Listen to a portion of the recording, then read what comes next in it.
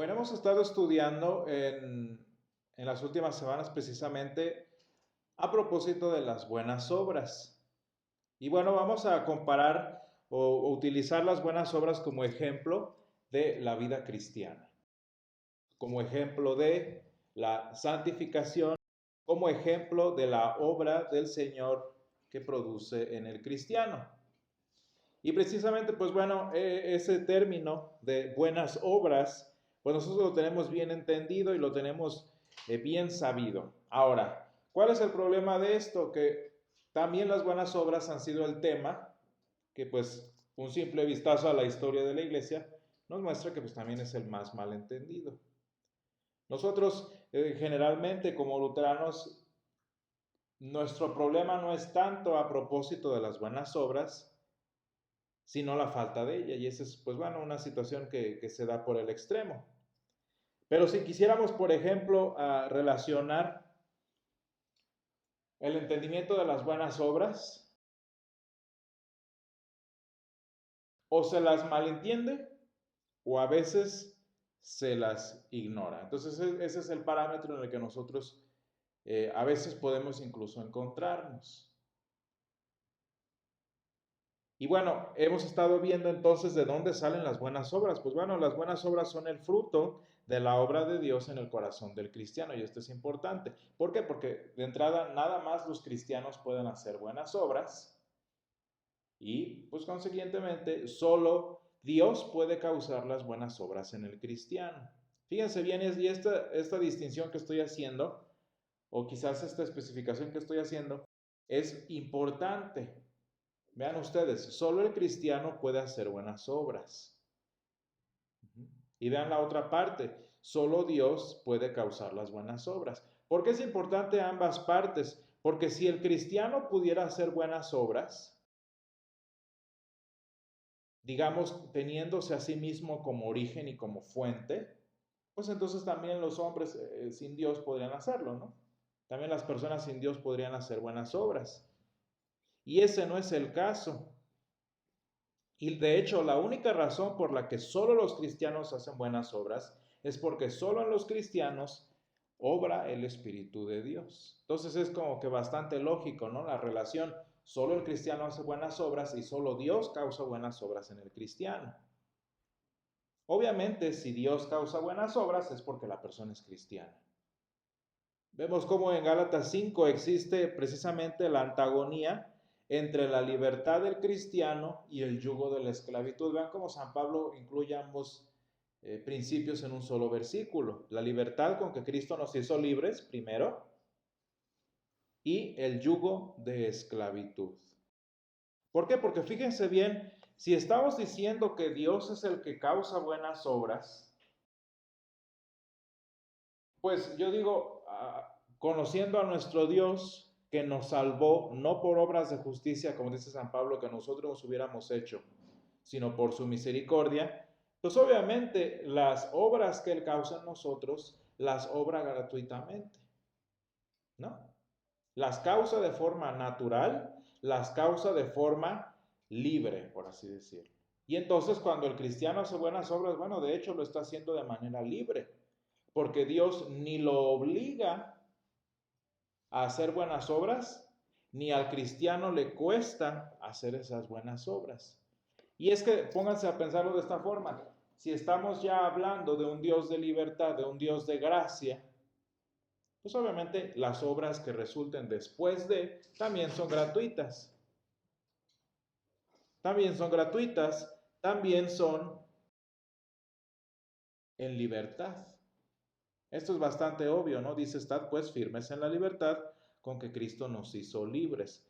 ¿Y por qué estoy hablando de esta libertad que viene gratuitamente de Dios? Pues porque obviamente el yugo de la esclavitud tiene un costo, tiene un precio y significa un sacrificio. Y vean ustedes cómo las buenas obras en el cristiano,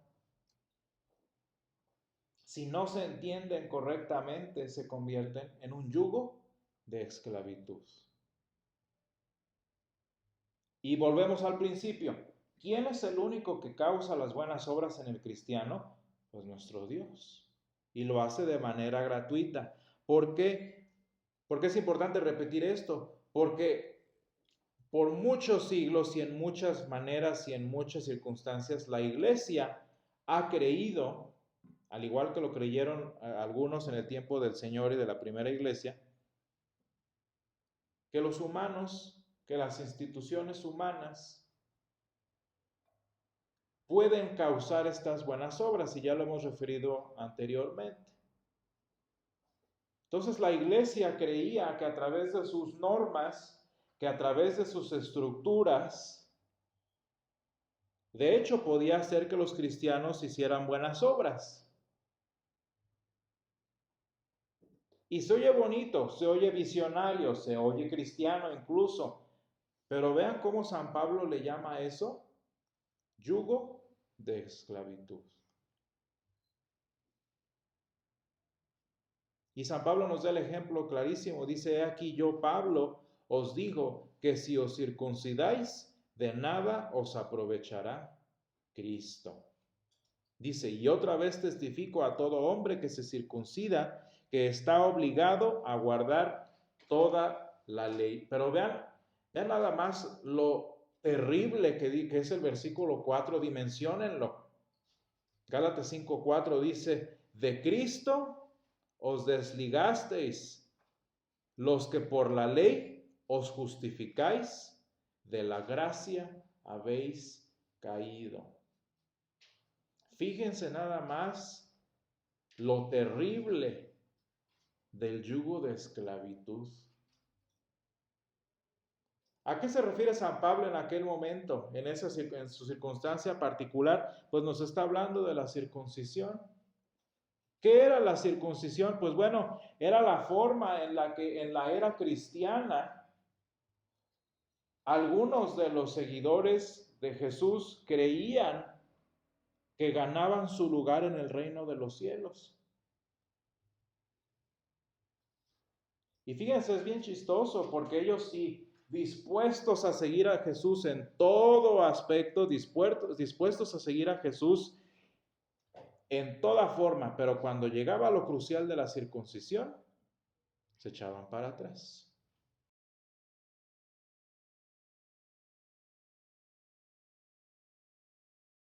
Y ustedes dijeran: bueno, es que es un acto de piedad. Pues aquí San Pablo no lo está manejando como piedad.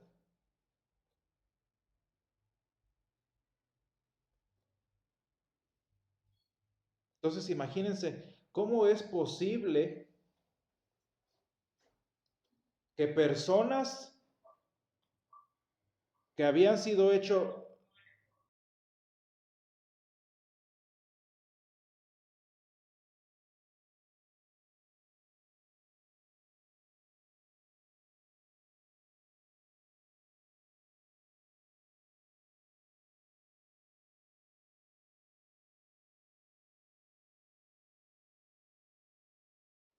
cómo es que personas que habían sido hechas libres, lo que está diciendo San Pablo aquí es que se estaban poniendo otra vez el yugo de esclavitud? No es, y fíjense, uno dice: ay, pues entonces, ¿para qué el Señor nos puso la circuncisión? ¿Para qué nos pone eso, ese grillete, y después nos regaña por usarlo? No, es que la circuncisión tuvo su lugar, tuvo su momento. Un pueblo apartado para Dios. Y una vez que el pueblo estuvo apartado, como nos explica San Pablo, bueno, entonces ahora sí viene la libertad. Punto. Pero es como si después de que tuvo su función la circuncisión, ahora quiero regresar a lo mismo cuando la circuncisión ha perdido su propósito.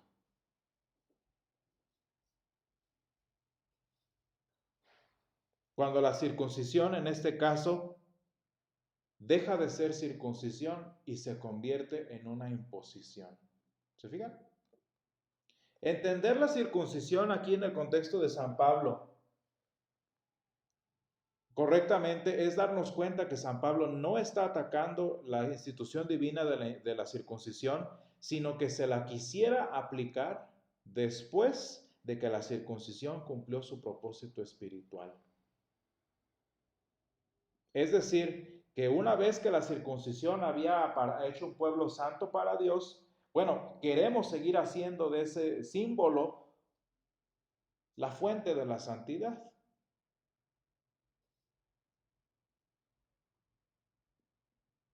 Y fíjense cómo San Pablo habla de el verdadero propósito de la circuncisión. ¿Cuál era el punto de ser circuncidados? Ser apartados para Dios. Y San Pablo dice bien clarito, circuncisión es la espiritual, que en su momento se reflejó en una circuncisión física.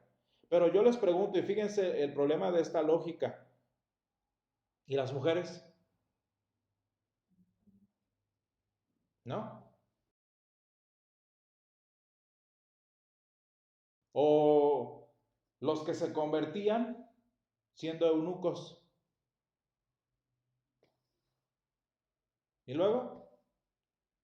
Y luego parece entonces que, no, pero si estamos como en aquel tiempo, dale y dale con la circuncisión, pues entonces el Señor de verdad apartó un pueblo que aparte de todo era para hombres. Y por eso San Pablo dice, es que el punto de la circuncisión era no nada más hacerlo físicamente, sino hacerlo espiritualmente. Y la señal externa era la circuncisión física. El punto es que los cristianos de Galacia, o los que habían tenido problemas en el contexto de Galacia, decían, no, es que eso todavía es importante. Es que hay que hacer eso todavía porque esto y esto y esto. Y San Pablo se queda. Y todos los griegos y todos los cristianos que ya para entonces existían, pues pobre de ellos, ¿verdad? Porque el Señor no los va a salvar. Sí, Jesús vino y les dijo y los alborotó nada más, pero la entrada es a través de la circuncisión. Entonces, ¿para qué vino Jesús? Entonces, ¿para qué tanto alboroto en la cruz, en el Gólgota? Si al final de cuentas el punto era a través de la circuncisión. Fíjese entonces el problema del yugo de la esclavitud. Y quiero que pensemos una cosa a propósito de esto, incluyendo precisamente ya a grandes rasgos la doctrina de la circuncisión con la doctrina de la salvación.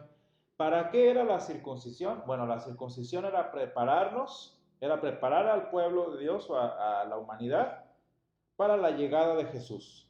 Como dice San Pablo, era como un seguro antes de. Pero ¿cuál es el punto de seguir en la circuncisión? Bueno, que seguimos teniendo, seguimos buscando y seguimos queriendo un seguro para algo que ya sí se cumplió. Y quiero que pensemos esto de esta forma.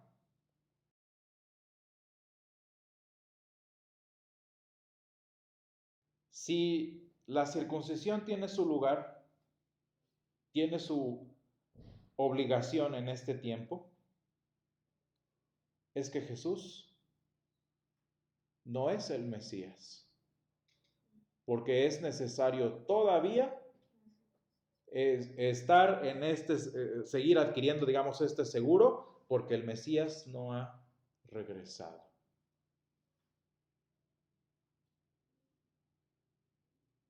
¿Se fijan cómo esa es una enseñanza del Dios de los judíos, no del Dios de los cristianos?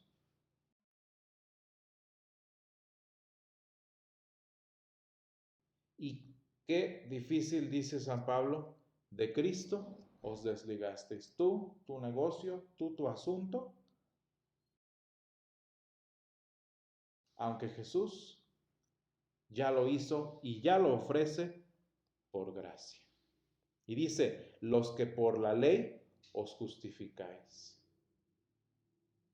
Qué difícil ha de haber sido para los apóstoles que dedicaban su vida a la predicación.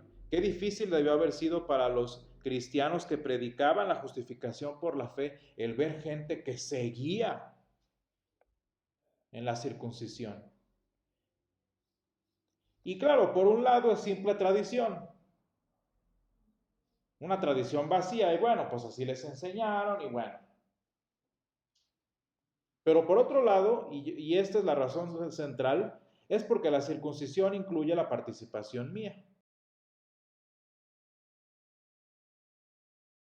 Y más allá de la tradición, más allá de la práctica, más allá, digamos, del gusto por hacerlo, la verdadera razón en el corazón humano es tener que ver en mi salvación. Y San Pablo dice, y otra vez les digo, fíjate, y les advierto, que el que se circuncida está obligado a guardar toda la ley. Si por allí te vas a ir, pues más vale que lo hagas bien, porque al parecer no te interesa Jesús. ¿Se fijan cómo el punto de esto es, si lo vas a hacer, entonces tanto quieres hacerlo tú, pues entonces lo vas a hacer bien, dice San Pablo. Y no se puede, ¿verdad? Ya sabemos. ¿Cuál es la versión moderna de esto? Y ya lo he referido en domingos anteriores, no me acuerdo si en la escuela dominical o en el sermón, no me acuerdo, pero ya lo he referido. ¿Cuál es la versión moderna de esta doctrina de la circuncisión? Digo, bueno, no moderna, digamos la versión cristiana de esta doctrina de la circuncisión. La doctrina del bautismo por decisión.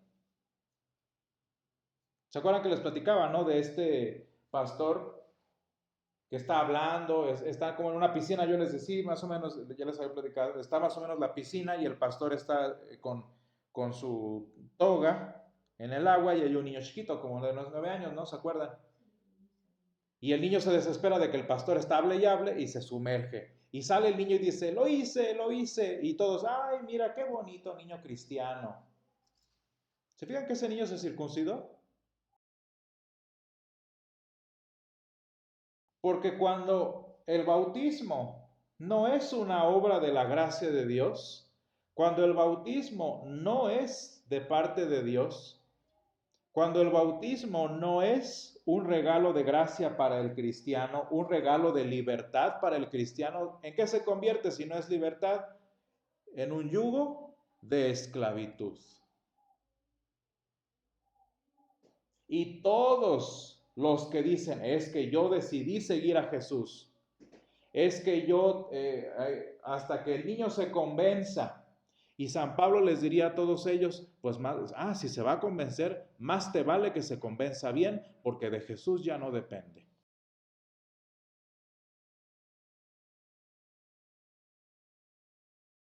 ¿Se acuerdan que el Señor habla de una piedra de molino?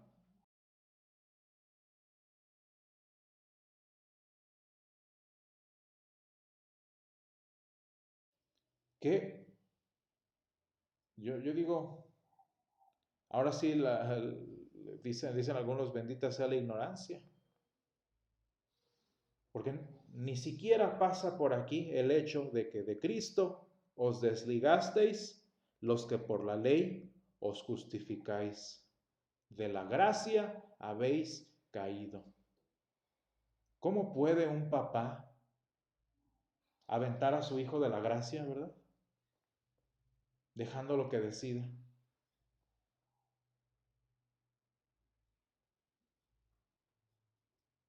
¿Cómo puede una mamá permitir que su hijo se desligue de Cristo? Es que hasta que él decida o hasta que él entienda, pues más vale que entienda bien y que lleve una vida cristiana perfecta, llena de buenas obras, porque si no, no la va a hacer. Y dice la palabra, dura cosa es caer en manos del Dios vivo.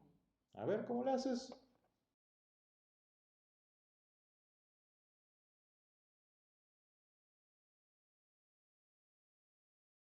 Y dice San Pablo entonces en el versículo 6, porque en Cristo Jesús ni la circuncisión vale algo, ni la incircuncisión. Porque luego sacamos la contraria. Y esta se la sabe bien el mexicano. No, entonces no bautices. ¿Verdad? No, es que yo no voy a caer de la gracia porque yo nunca he decidido seguir a Jesús. No, yo nunca voy a caer de la gracia porque, hablando por ejemplo de las buenas obras, yo jamás voy a caer en el error de creer que mis buenas obras son el fruto mío porque jamás voy a hacer buenas obras. Ese no es el punto tampoco, ¿verdad? Y este es el problema de los luteranos muchas veces, ¿no? No, es que la salvación no es por obras, no es que las buenas obras son secundarias, no es que las buenas obras son resultado de, no el objetivo de. Todo cierto, todo correcto,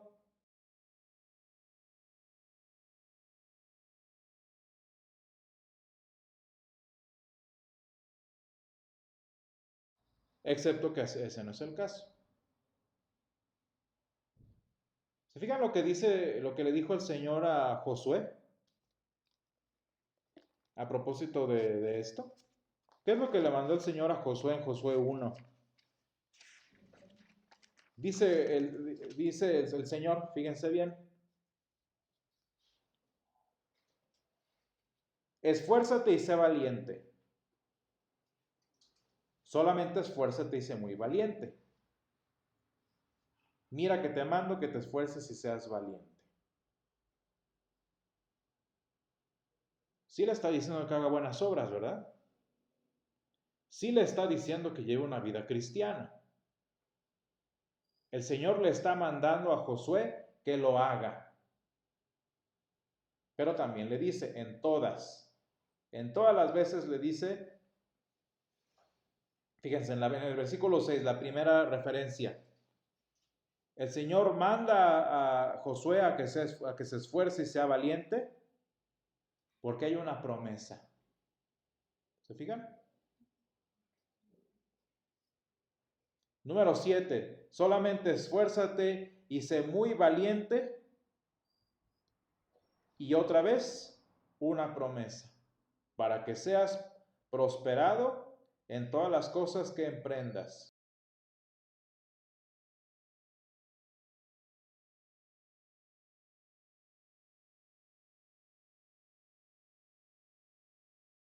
Y número 9, mira que te mando que te esfuerces y seas valiente, no temas y desmayes, puras obras, puras obras, puras obras, pero fíjense, porque el Señor tu Dios estará contigo. Es que no es ni una ni otra. No es que hago las obras por mí mismo y yo me gano el cielo, o tampoco no hago nada para no perder nada. No, es que sí las haces, pero con el respaldo de la promesa que el Señor nos da. ¿Cuál es el respaldo que yo tengo como cristiano para hacer buenas obras? Pues la promesa de la Escritura. Pues el Evangelio que me hace hacer estas buenas obras. Acuérdense que la ley no produce buenas obras y eso lo tenemos bien claro. Por mucho que le digamos a uno, haz esto, haz esto, haz esto, nunca lo va a hacer. Quien hace la obra es el Señor a través del Evangelio.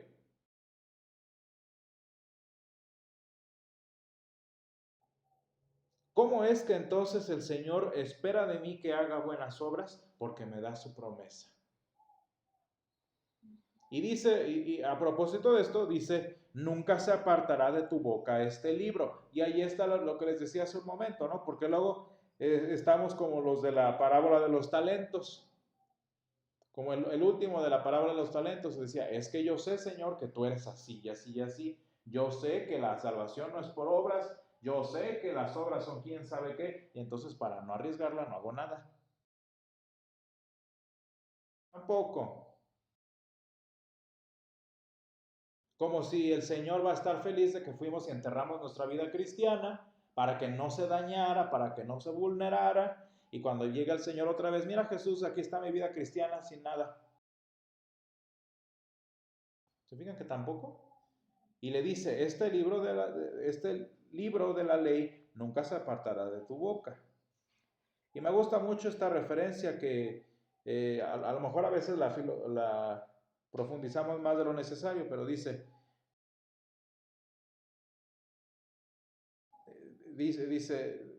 para cuidar a ser conforme a toda la ley que mi siervo Moisés te mandó, no te apartes de ella, ni a diestra, ni a siniestra. Es decir, lo que decía yo, ni descansar y vivir de las obras, ni evitarlas para no arriesgarla. No, ¿verdad? Ese no es el punto. Y entonces, cuando nosotros analizamos, por último, esto que decía yo de Josué, ¿cómo le hace entonces el cristiano para no vivir de sus obras y para tampoco ser holgazán? ¿Cómo le hacemos entonces? Pues lo que decía yo al principio, ¿no? Solo el cristiano puede hacer buenas obras porque solo Dios es el que obra las buenas obras en el cristiano. Ahí está la respuesta, y el Señor me pide porque el Señor me provee. El Señor, digamos, me exige porque Él me otorga. El Señor pide diezmo porque da trabajo. El Señor pide ofrenda porque da sustento. Y no es cobro, ¿verdad? No se trata de cobrar. El Señor pide lo que Él nos da. Y qué bonito es entender esto desde el punto de vista cristiano, ¿no? No con nuestra cabeza humana que ve todo como el modelo capitalista, ¿no? Ingreso, cobro. O como el SAT, ¿no? Ingreso, impuesto. No, el Señor nos pide porque ya nos está dando lo que nos está pidiendo. El Señor demanda porque ya nos provió lo que nos pidió. Y el Señor nos dice, haz buenas obras, porque su promesa en cada momento que Él nos pide, ahí está para hacernos hacer buenas obras. Y digo, parece simplista, pero así es de simple. Así es de sencillo. Y entonces, como cristianos, pues nos dice San Pablo, fíjense bien, y terminamos con esto. San Pablo nos dice, entonces, estad firmes en la libertad con que Cristo nos hizo libres. Una orden otra vez, ¿no? Pero ¿cómo puedo estar firme en la libertad con que Cristo me hizo libre? Pues porque ya soy libre. Y San Pablo nos llama a vivir, San Pablo nos llama a hacer lo que ya somos y lo que ya vivimos. No, pues ojalá así fuera la vida, ¿verdad? Ojalá el SAT nos diera los impuestos que nos va a cobrar, ¿verdad? Ojalá el trabajo nos dieran el trabajo que nos van a pedir, ¿no? No, pues bien a gusto. Por eso solo el Señor nos pide vivir en la libertad que el Señor mismo nos da.